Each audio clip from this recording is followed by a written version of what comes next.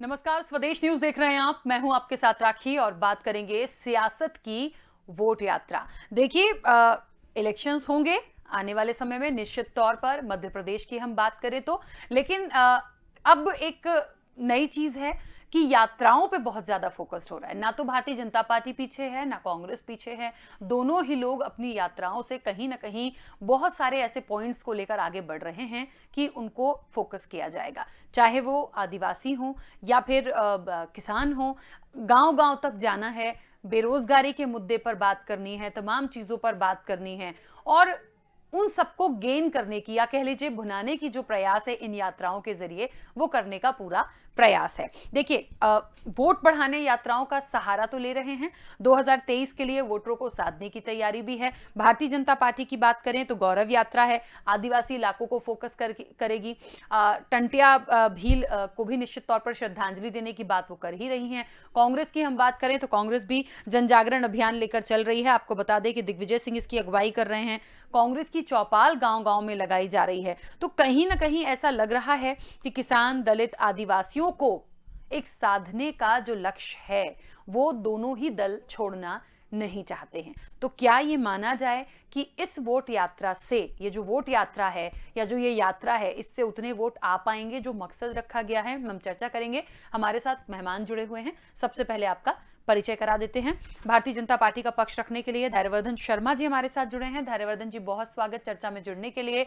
और कांग्रेस का पक्ष रखने के लिए योगेश गुप्ता जी हमारे साथ जुड़े हैं। योगेश जी, आपका भी बहुत स्वागत है। चर्चा की शुरुआत सबसे पहले योगेश जी आपसे करना चाहती हूँ। राजनीतिक यात्राओं का ये जो दौर है और होता ही है हमेशा, देखिए, और यदि 2023 की बात करें तो निश्चित तौर पर तैयारियां दोनों ही दल कर रहे हैं, करना भी चाहिए। ये जो यात्राएं हैं, मुख्य रूप से किन किन चीजों का समावेश कांग्रेस ने किया है और क्या फोकस्ड है? देखिए राशि जी, मिशन 2023 तो अभी दूर है, लेकिन कांग्रेस पार्टी ने वर्तमान परिप्रेक्ष्य में जन जागरण अभियान के माध्यम से जनता को बढ़ती हुई कमरतोड़ महंगाई, पेट्रोल डीजल की और गैस की कीमतों के माध्यम से टैक्स के रूप में जो जेब काटी गई है हम उपभोक्ताओं की, उसको जागृत करने का प्रयास है कांग्रेस पार्टी का। बढ़ती हुई बेरोजगारी जो मध्य प्रदेश में पिछले 37-38 सालों में सर्वाधिक है। आज हमारा युवा शिक्षित तो है मगर उसको रोजगार नहीं दे पा रहे हमारे तथाकथित मामा शिवराज जी। इसके अलावा महिलाओं पर बढ़ते हुए अत्याचार, किसानों को जो कर्ज माफी की बात माननीय कमलनाथ जी की सरकार ने की थी और 27 लाख से ज्यादा किसानों का कर्ज माफ किया था, जिसको कृषि मंत्री कमल पटेल जी ने विधानसभा के पटल पर स्वीकार भी किया है। वो कर्ज माफी को शिवराज जी ने आते से ही बंद कर दिया। जो बचे हुए बाकी के 28-29 लाख किसान थे वो उस कर्ज माफी की योजना से वंचित रह गए। वो एक अभियान है जागरण करने का। वर्तमान में यूरिया खाद का जो संकट है, जिसको लेकर पूरे मध्य प्रदेश में कमोवेश मारामारी है और तथा कथित टाइगर बोले नजर आना चाहिए, अगर जिंदा हो तो नजर आना चाहिए, पता नहीं कहाँ मृत हो गए। आज उन्हीं के क्षेत्र में सर्वाधिक संकट है। किसान सबसे ज्यादा परेशान गुना, अशोकनगर, ग्वालियर और मुरैना क्षेत्र का है। वहाँ खाद को लेकर रोज मारपीट हो रही है, लट्ठम लट्ठा चल रहे हैं। मजाल है कि सिंधिया जी के मुंह से 2 शब्द निकल रहे हैं, झूठ बोल रहे हैं। उन्हीं की झूठ का खंडन वहां के जो सांसद है केपी यादव जी, उन्होंने लोकसभा में यूरिया खाद की कमी को लेकर प्रश्नकाल में प्रश्न लगाया और अपनी ही सरकार को कटघरे में खड़ा किया। किसानों के पक्ष में उन्होंने जोरदार आवाज बुलंद करी, जबकि तथाकथित किसानों के हमदर्द इस मामले में केवल प्रदेशवासियों को गुमराह करने में लगे हुए हैं। तो ये सारे तमाम मुद्दे हैं मध्य प्रदेश में, जिनको लेकर कांग्रेस पार्टी जन जागरण अभियान के माध्यम से सभी वर्गों को, अवैध बिजली की वसूली, बत्ती गुल बिल फुल, ये भी एक मुद्दा है। तो ये तमाम योजनाएं हैं। और कोविड काल में जो मृत परिजनों को मुआवजे की घोषणा तो कर दी हमारे घोषणावीर मुख्यमंत्री शिवराज जी ने, मगर अभी तक कुछ एक परिवारों को छोड़कर बाकी के परिवार लाभ से वंचित है। और आगे थर्ड वेव को लेकर भी जनता को चेताया जा रहा है। तो ये तमाम मुद्दे हैं जिनको लेकर कांग्रेस पार्टी जन जागरण अभियान चला रही है, और निश्चित रूप से ये सारे के सारे मुद्दे जनहित से जुड़े हुए हैं।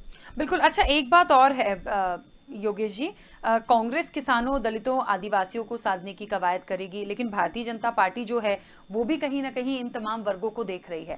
अब ऐसे में देखिए ये बहुत महत्वपूर्ण हो जाएगा, और निश्चित तौर पर देखिए यही वो वर्ग है जो निश्चित तौर पर इनसे जुड़े हुए बहुत मुद्दे होते हैं, ये वो एक निर्णायक भूमिका निभाते हैं निश्चित तौर पर जब नतीजे आते हैं, तो इनके लिए दोनों दलों को सोचना चाहिए। तो ऐसा लगता है कि यदि दोनों दल इनको साधने का प्रयास जब करने लगे तो फिर देखा जाता है कि उनको, चाहे किसान हो, दलित हो, आदिवासी हो, उनको क्या आप दे रहे हैं या उनको अब तक क्या मिला है। एक पूरी प्लानिंग होती है, और वो प्लानिंग ऐसी, मैं कह रही हूं कि ऐसा नहीं कि एक घोषणा पत्र कर दिया या कांग्रेस ने किया या बीजेपी ने किया, कोई भी हो, कम से कम भले आप 4 चीजें दें लेकिन उनको दे दें, उनके हाथों में वो चीज हो, धरातल पर वो चीज दिखे, तो मुझे लगता है वो उनके लिए अच्छा होगा। अब कहने को तो 100 घोषणाएं कर दी जाएं, लेकिन वो इंप्लीमेंट कभी नहीं होती दिखी। देखिए राखी जी, निश्चित रूप से आपका ये सवाल वाजिब है, क्योंकि पूरे देश का 14.5 से 15% आदिवासी SC ST वर्ग मध्य प्रदेश में निवास करता है। आदिवासी बहुल सीटें भी लगभग 89 या 85 के करीब है 230 में से मध्य प्रदेश में। तो निश्चित रूप से ये एक बड़ा वर्ग है जो हर इलेक्शन को प्रभावित करता है। न केवल प्रभावित करता है वरन सरकार बनाने में निर्णायक भूमिका अदा करता है। तो सभी पार्टियों का जोर उसमें रहना चाहिए, लेकिन आदिवासी वर्ग के लिए माननीय कमलनाथ जी की अल्पकालीन सरकार ने जिस प्रकार से उनको साहूकारों के कर्जे, साहूकारों से छुटकारा दिलाया, उनके वन अधिकार नियम के अंतर्गत जो आदिवासी जिस जमीन पे काबिज था उनको वहां का मालिक बनाया, और आदिवासियों की बहू बेटों की शादी सगाई में जन्म मृत्यु पे 50,000 तक की जो स्कीम योजना कमलनाथ जी ने लागू करी थी, तो वो तमाम जो आदिवासियों के हितों से जुड़ी हुई योजना थी। देखिए आज का आदिवासी अनपढ़, अज्ञानी या मूर्ख नहीं है, उनके बच्चे पढ़ लिख गए हैं, वो हर बात को समझते हैं। आदिवासी वर्ग के लिए भारतीय जनता पार्टी 17 साल में क्या कर रही है, आज पिछले 4-5 साल से देखें तो उनकी जो आदिवासी स्टूडेंट, छात्र छात्राओं की छात्रवृत्ति तक पिछले 18 महीने से रुकी हुई है। रोजगार देना तो बहुत दूर की बात है। SC ST वर्ग की बात करते हैं शिवराज जी, रोजगार उत्पन्न करा नहीं पाते, कहते ठेले दिखाओ, 10,000 रुपए का मुद्रा लोन लो, उसमें भी बैंक वाले आधों को देते हैं, आधों को भगाते हैं। आदिवासी वर्ग के ऊपर अभी श्रृंखलाबद्ध तरीके से जो भारतीय जनता पार्टी के शासन में घटनाएं घटित हुई है, नेमावार, खरगोन, बालाघाट, नीमच, ये भी आदिवासी वर्ग देख रहा है कि उनका शोषण सबसे ज्यादा कौन हो रहा है। आदिवासी वर्ग की जो जमीनें दबा कर बैठे हैं पन्ना जिले में, रीवा, सतना, शहडोल जिले में, वो भारतीय जनता पार्टी के लोग हैं। तो ये तमाम चीजें हैं जो आदिवासी भाई भली भांति समझते हैं। भले ही आप उनके जनजाति सम्मेलन के ऊपर आप 150 करोड़ रुपए खर्च कर दो या चंटिया मामा के नाम पर आप आयोजन कर दो, बजाय वो पैसा यहाँ खर्च करने के इन वर्ग के हितों के कल्याण के लिए किया जाता, तो मैं समझता हूँ आदिवासी वर्ग का ज्यादा हित होता और वो खुश भी होता। बिल्कुल ठीक है। चलिए मैं वापस आती हूँ आपके पास। धैर्यवर्धन जी भी हमारे साथ जुड़ गए हैं। धैर्यवर्धन जी, बहुत स्वागत चर्चा में जुड़ने के लिए। मेरी आवाज आप तक पहुंच रही है? जी बिल्कुल आ रही है। जी देखिए, पहले भी यात्राओं का दौर चला था। मैं बहुत संक्षेप में बताऊं कि 2018 में दिग्विजय सिंह ने नर्मदा परिक्रमा करी, 3,500 किलोमीटर पैदल चले थे दिग्विजय सिंह, करीब 3,300 किलोमीटर। 2018 में बीजेपी ने भी एकात्म यात्रा निकाली थी, 1,275 किलोमीटर की ये सफर था। राजस्थान की बात करें तो बीजेपी ने गौरव यात्रा निकाली थी और कांग्रेस ने भी राजस्थान में किसान न्याय पदयात्रा निकाली थी। और अब जो गौरव यात्रा है या कांग्रेस की जन जागरण अभियान है, कहीं ना कहीं ठीक है 2023 में वक्त है, लेकिन फिर भी ये सवाल मैंने योगेश जी से भी लिया था कि एक निर्णायक भूमिका होती है, चाहे किसान हो, दलित हो, आदिवासी हो, ये एक बहुत बड़ा वोट बैंक है। तो इन लोगों के लिए यदि आप जाते हैं, यात्रा निकालते हैं, वोट निश्चित तौर पर यात्रा होती है, एक प्रचार प्रसार होता है, उनकी समस्याओं को सुनना, समाधान करना, मतलब ये है कि उनको आप 5 चीजें दीजिए लेकिन धरातल पर दे दीजिए, तब आपको वो शायद वोट करेंगे। लेकिन हम उनको 100 चीजें दे दें, 100 में से एक भी इंप्लीमेंट नहीं हो, तो ये कैसे कर पाएंगे? तो मैं जानना ये चाहती हूँ कि भारतीय जनता पार्टी का क्या फोकस है इसके लिए। देखिए राखी जी, आजादी के बाद से लेके एक दशक पहले तक कांग्रेस के अलावा आदिवासी तबका किसी और राजनीतिक दल को तवज्जो नहीं देता था। वो इनके चुनाव चिन्ह हाथ के पंजे के अलावा कुछ और जानता नहीं था। और कांग्रेस के लोग मनी मन खुश होते थे कि कुछ करना धरना नहीं है, ये थोक वोट बैंक हमको फ्री फोकट में मिलता है, बिना शर्त मिलता है। पर जब देश के अनेक हिस्सों में समाज के दूसरे लोगों को आगे बढ़ते हुए देखा तो आदिवासियों के बीच में भी ये स्वर उठने लगे कि आखिर उनको पैरेलल विकास की परिभाषा से जोड़ा क्यों नहीं जा रहा है, वे विकास की इस इबारत के लिखने में सबसे पीछे क्यों खड़े हुए हैं। इसी बीच भारतीय जनता पार्टी का देश में उदय हुआ, अभ्युदय हुआ और केंद्र में सरकार बनी, अटल जी की सरकार बनी, फिर मोदी जी की सरकार बनी, राज्यों में हमारी सरकार बनी। हमारी सरकार बनने के बाद हमने आदिवासियों को ठोस सुविधा देने का ईमानदार प्रयास किया। वो जंगलों में रहने वाले वनवासी भाइयों तक न केवल हमने प्रधानमंत्री ग्राम सड़क योजना के तहत सड़कें पहुंचाई ताकि उनको समय पर इलाज मिल सके, उनकी फसलों को बाजार मिल सके, उनके बच्चों को शिक्षा के लिए आने जाने का मार्ग सुलभ हो सके, उनके लिए सस्ती दर पर हमने अनाज, गेहूं, चावल भी उपलब्ध करवाया, उनके लिए बच्चियों को साइकिल मिले, बच्चियों को पढ़ने के लिए वजीफा मिले, मुफ्त में उनको किताबें मिले, यह सब प्रबंध किए। और यहीं तक हम नहीं रुके, उनके घरों में शौचालय हो, उनको छत मिले, सीमेंट कंक्रीट के पक्के मकान, एक एक बड़े बड़े हॉल आज उस तबके को दिए गए हैं जो सपने में भी नहीं सोचता था कि कभी वह वो टपरिया और झोपड़ी के अलावा कभी किसी साफ सुथरे मकान में इस जीवन काल में रह सकता है। उसकी कल्पना में भी नहीं थी ये चीज। और उनको नरेंद्र मोदी जी और शिवराज जी की बदौलत ये शानदार आवास सब मिले हैं। और मध्य प्रदेश का सुदूर क्षेत्र का ऐसा कोई कोना नहीं है, ऐसा कोई गांव नहीं है जहां पर ये सुविधा देने में हम सफल नहीं हुए। इसलिए आदिवासी तबके ने कांग्रेस की तुलना में भारतीय जनता पार्टी की कार्यप्रणाली को बहुत नजदीक से परखा। और यही कारण है कि एक बड़ा तबका कांग्रेस के बातों के बताशे छोड़ करके ईमानदारी से उनके जीवन स्तर को सुधारने के लिए प्रयास कर रहे भारतीय जनता पार्टी के पक्ष में आकर के वो खड़े हो गए और नरेंद्र मोदी जी को, शिवराज जी को वोट करने लगे। ये कांग्रेस की चिंता का विषय, ये कांग्रेस की पीड़ा का विषय भी है कि इनकी जेब में रखा हुआ जो वोट था वो आखिर कैसे खिसक गया, वो इतना विचारशील कैसे हो गया, वो फर्क कैसे महसूस करने लगा, अपना भला बुरा समझ करके वोट क्यों करने लगा। और इसलिए अब ये पदयात्रा निकालें या कुछ और निकालें, अब जो मानसिकता बन चुकी है उसमें कोई बहुत अंतर आने वाला नहीं है।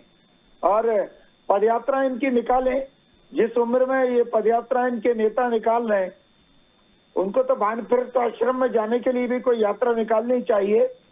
और चाहे वो हिमालय पर चढ़ने चले जाएं, चाहे समुद्र के किनारे जो मंदिर बना हुआ है जिस भगवान शिव जी का, भगवान राम ने जिनकी पूजा की थी, रामेश्वरम, चाहे वहां चले जाएं, हमें कोई आपत्ति नहीं है। पर लोग ये मानते हैं कि अब इनको वानप्रस्थ आश्रम में जाना चाहिए क्योंकि इनके कारनामे जनता दशकों से देख चुकी है, इनकी कलाबाजियों से पूरा समाज परिचित है। ठीक है, योगेश जी कुछ कह रहे हैं, बोलिए।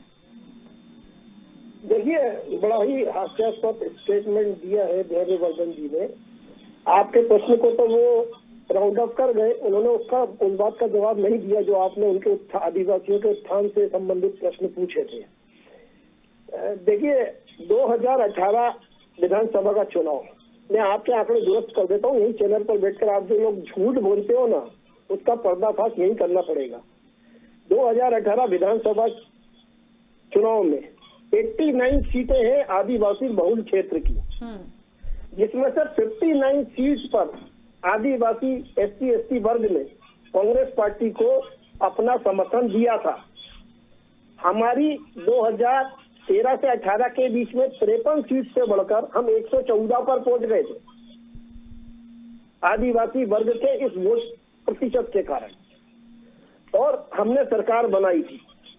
तो आदिवासियों के विश्वास को अगर ठेस पहुंचाने का काम शिवराज जी ने किया था, तत्पश्चात उनकी कुर्सी आदिवासी भाइयों ने सरकाई थी। ये प्रमाणित है बात, आप चैनल पर बैठकर कुछ भी झूठ परोस लो।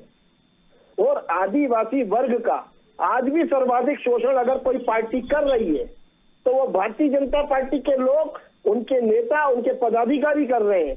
आदिवासी भाइयों की बच्चियों के साथ बलात्कार नीमच में, उनके परिजनों को 11 फीट जमीन में गाड़ दिएगा। शिवराज जी जमीन में गाड़ दूंगा डायलॉग ही बोलते रहे, आज तक किसी पर कोई कार्रवाई नहीं हुई। एक आदिवासी युवक को जीप में बांधकर घसीटा गया, उसकी मृत्यु हो गई, जांच चल रही है, आज तक चल रही है। एक आदिवासी युवक की खरगोन के थाने में पीट पीट कर हत्या कर दी गई, उसकी भी जांच आज तक चल रही है। नेमावार की घटना, बालाघाट में एक बच्ची के साथ दुराचार, इस प्रकार की तमाम घटनाएं झकझोर देने वाली हैं। ये आप ही की केंद्र शासित मोदी सरकार ने अभी एनसीआरबी के आंकड़े जारी किए हैं, जिसमें आदिवासियों के अत्याचार के मामले में मध्य प्रदेश तीसरे नंबर पर है। बिहार, उत्तर प्रदेश के बाद मध्य प्रदेश तीसरे नंबर पर।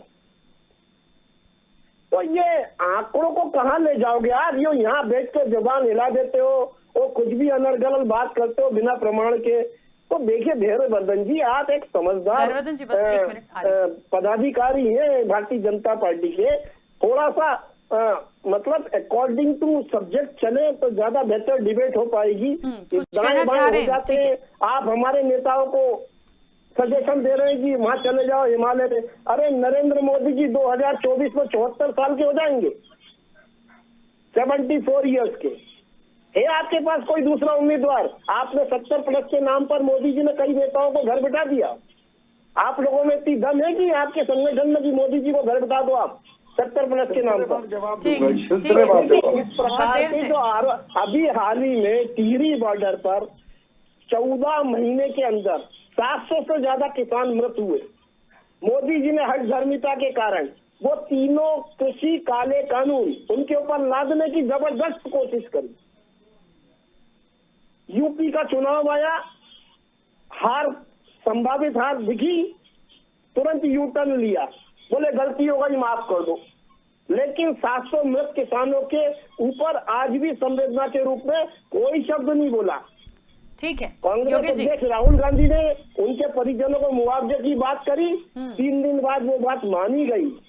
कहा तो आप लोग किसानों को खालिस्तानी, आतंकवादी और पता नहीं उग्रवादी क्या क्या बता रहे थे। 14 महीने बाद आपने माना ना कि वो किसान ही है। ठीक है योगेश जी, काफी देर से कुछ कहना चाह रहे हैं। आदिवासी भाई भली भांति देख रहे हैं, समझ रहे हैं, आज का आदिवासी अनपढ़ गवार नहीं है, ना ही किसान अनपढ़ गवार है। धैर्यवर्धन जी अपनी बात रखिए। खाद की किल्लत, मारामारी, ये सब सामने आपके। देखिए योगेश जी नसीहत दे रहे थे कि कैसे मोदी जी को का विकल्प ढूंढ दें। ये कांग्रेस परिवारवादी पार्टी है, माँ बेटा और उसके अलावा तो आप बाहर निकल नहीं पाए। गांधी परिवार से बाहर कांग्रेस कभी निकल नहीं पाई। और हम तो आप नसीहत दे रहे हैं, भारतीय जनता पार्टी में तो चाहे मुख्यमंत्री का मामला हो, चाहे राष्ट्रीय अध्यक्ष का मामला हो, चाहे प्रधानमंत्री और मुख्यमंत्री का मामला हो, एक से बढ़कर एक हीरे निकल करके आए हैं, एक से बढ़कर के एक शानदार नेता हम लेकर के उचित समय पर आपके प्रदेश के मुखिया उचित समय पर भारतीय जनता पार्टी अभी जनता की पसंद है। आपके पेट में क्यों दर्द हो रहा है? आपको क्यों कष्ट हो रहा है? आपको क्यों कष्ट हो रहा है? मोदी जी और शिवराज जी लोगों की पसंद है। नरेंद्र मोदी जी पक्का लिखवा के आए, नहीं प्रधानमंत्री बनूंगा। मैं आप दोनों से एक बात बोलना चाहती हूँ। देखिए मोहन भागवत जी आरएसएस के प्रमुख बने हुए हैं पिछले 15 सालों। मैं आप दोनों से एक बात बोलना चाहती हूँ। हमारा जो टॉपिक था, ये जो यात्राएं कर रहे हैं, पहले भी यात्राएं हुई थी, विधानसभा चुनाव जब हुआ था, अब 2023 की तैयारी है, जिनको साधने की कोशिश है उनको क्या देंगे? मेरा एक छोटा सा सवाल था इस पूरी चर्चा को समेटने का, पता नहीं क्या क्या आ गया पर उसका जवाब नहीं आया। नहीं राखी जी, मैं योगेश जी पीछे बोल रहे थे, मैं वहीं आ रहा था कि देखिए आदिवासी समाज के हित के लिए रोटी, कपड़ा, मकान, शिक्षा, इवन आदिवासियों के तमाम हमारे बाल बच्चे, लड़के बच्चियां वो विदेशों में तक पढ़ रहे हैं। सरकार उनके कंपटीशन की, विदेश की उच्च शिक्षा की भी चिंता कर रही है, उसके लिए फंडिंग करती है। अभी कोविड काल में बच्चों का स्कूल कॉलेज वंचित रहा, उसके कारण से कुछ तकलीफ हुई है, तो वो किसी एक तबके के लिए नहीं हुई, पूरे प्रदेश और देश के लोगों को, सभी समाजों के बच्चों को वैसा तकलीफ झेलनी पड़ी है।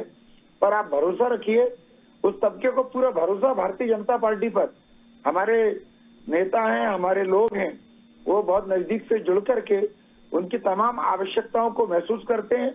उनके विकास के लिए क्या और करना चाहिए वह सब नया करने के लिए हमेशा हम लोग लालायित रहते हैं, क्योंकि जो अंत्योदय का संकल्प है हमारा, वो जुबानी जमा खर्च नहीं है। समाज के अंतिम छोर पर खड़े हुए व्यक्ति को समाज के दूसरे लोगों के बराबर कंधे से कंधा मिलाकर चलने योग्य बनाने में सरकार की क्या भूमिका हो सकती है, समाज की क्या भूमिका हो सकती है, उसके लिए भारतीय जनता पार्टी निरंतर काम करती है, सतत काम करती है। और इसीलिए ये चुनाव के परिणाम में कभी ऊपर कभी नीचे होता रहता है। पर मैं बात कर रहा था कि कांग्रेस के पास तो एक तरफा था ये वोट बैंक, उसमें से निकल करके अगर भारतीय जनता पार्टी के पास आया है तो भारतीय जनता पार्टी की जनहितैषी नीतियों के कारण ही आया है। योगेश जी, मैं एक बात बहुत यहाँ पर देख रही हूँ कि यदि हम उस पे जाएं कि किसकी कितनी सीटें थी, वो तो हो गया, लेकिन हम अब आने वाले समय के लिए ये सवाल इसलिए भी बहुत ज़रूरी हो गया क्योंकि देखिए बहुत सारी चीज़ें हमने देख ली हैं इस समय पे। किसान आंदोलन बहुत बड़ा देख लिया। हम ये नहीं कह सकते हैं कि बहुत बड़ा देश का आंदोलन था तो मध्य प्रदेश पे असर नहीं होगा, सब जगह होगा, क्योंकि देश की बात है, किसान हर जगह है, आदिवासी हर जगह हैं, दलित हर जगह हैं। तो निश्चित तौर पर उनके लिए क्या हो रहा है, क्या नहीं हो रहा है, किस तरह की चीज़ें आई हैं, ये बहुत सारी चीज़ें वो खुद भी समझते हैं। तो उनको अब आप क्या करेंगे? अभी तो चलिए आंदोलन खत्म, सब वापस जा रहे हैं, सब हो जाएगा, लेकिन फिर भी जो हुआ है, जो चीज़ें अभी तक चली आई हैं, वो बहुत मायने रखती हैं। तो मुझे ऐसा लगता है कि ये जो अब इलेक्शन होगा आने वाले समय में, मुझे लगता है एक तरफा जाएगा, क्योंकि मिक्स तो अब नहीं लगता। पिछली बार हमने देखा 2018 में तो, लेकिन अब नहीं लगता। ये निश्चित तौर पर जनता बहुत समझदार हो गई, क्योंकि अब निश्चित रूप से राखी जी वक्त है बदलाव का और बदलाव समय की मांग है। आपकी बात से मैं सहमत हूँ। किसान आंदोलन ऐतिहासिक आंदोलन था, सदियों तक याद रखा जाएगा। इतनी बड़ी तादाद में किसानों ने जो शांतिपूर्ण तरीके से अपना धरना प्रदर्शन करके अपनी जायज मांगों को मंगवाया, ये पूरे विश्व में ये प्रचलित है ये आंदोलन, और इसका रिजल्ट के ऊपर अफेक्ट होना ही होना है, 101% होना है। मैं आपसे सहमत हूँ। आदिवासी वर्ग अपना हित देखेगा, वो भली भांति समझदार हो चुका है, और जो हाल ही में घटनाक्रम घटित हुए हैं वो ड्यूरिंग दी कोविड पीरियड उनके साथ क्या क्या नहीं किया गया है वो भी आदिवासी वर्ग को मालूम है। इसके अलावा उनकी जो 20 महीने से छात्रों की छात्रवृत्ति रुकी हुई है, आदिवासी वर्ग का युवा जो बेरोजगार है पिछले 10-12 सालों से, वो भी सामने है। तो ये जो वोट परसेंट टर्न आउट होगा, ये निश्चित रूप से परिवर्तन की ओर अग्रसर होगा।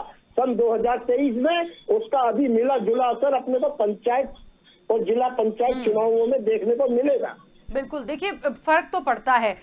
मैं देखिए ये बात नहीं है यहाँ पर कि किसकी तरफ जाएगा, कांग्रेस की तरफ जाएगा या बीजेपी की तरफ जाएगा। अपनी अपनी बातें सब कर सकते हैं, लेकिन हाँ कुछ ऐसी चीजें हुई जरूर हैं जिसका परिवर्तन देखने को मिलेगा। धैर्यवर्धन जी, आप मानते हैं इस चीज को कि परिवर्तन देखने को मिलेगा? राखी जी, फर्क तो पड़ता है। जब हम आदिवासी बहनों को 1000 रुपए इसलिए देते हैं कि वो अपने बच्चों को गुड़ साग भाजी फल खरीद सकें, तो फर्क तो पड़ता है। जब सम्मान निधि के नाम पर गरीब आदिवासी किसान मजदूरों को भी 6000 रुपए मिलते हैं और शिवराज जी की 4000 रुपए मिलाकर के 10,000 रुपए देते हैं, तो फर्क तो पड़ता है। जब गरीबों की बेटियों को घरों से उठवाया जाता है और उनके साथ बलात्कार किया जाता है, तो फर्क तो पड़ता है। जब जहरीली शराब से आदिवासी मरता है तो निश्चित रूप से फर्क तो पड़ता है, क्योंकि जहरीली शराब बनाने वालों को पोषण और संरक्षण भारतीय जनता पार्टी के लोग देते हैं। आदिवासी वर्ग के युवाओं को जाता है। ठीक है, चलिए धैर्यवर्धन जी और योगेश जी, मुझे लगता है वाकई में समय की तो हालांकि सीमा है। विषय बहुत बड़ा था, क्योंकि हम यदि इन तीनों वर्गों पर बैठेंगे तो बहुत लंबा समय होगा। आप दोनों मेहमानों का बहुत शुक्रिया इस चर्चा में जुड़ने के लिए। सियासत की वोट यात्रा, किसकी यात्रा कितनी सफल होगी, जनता किसकी यात्रा को आशीर्वाद देगी, ये जरूर देखेंगे। लेकिन अभी तो पूरा जोर ये दोनों ही दल लगा रहे हैं। चर्चा में इतना ही, दीजिए इजाजत, नमस्कार।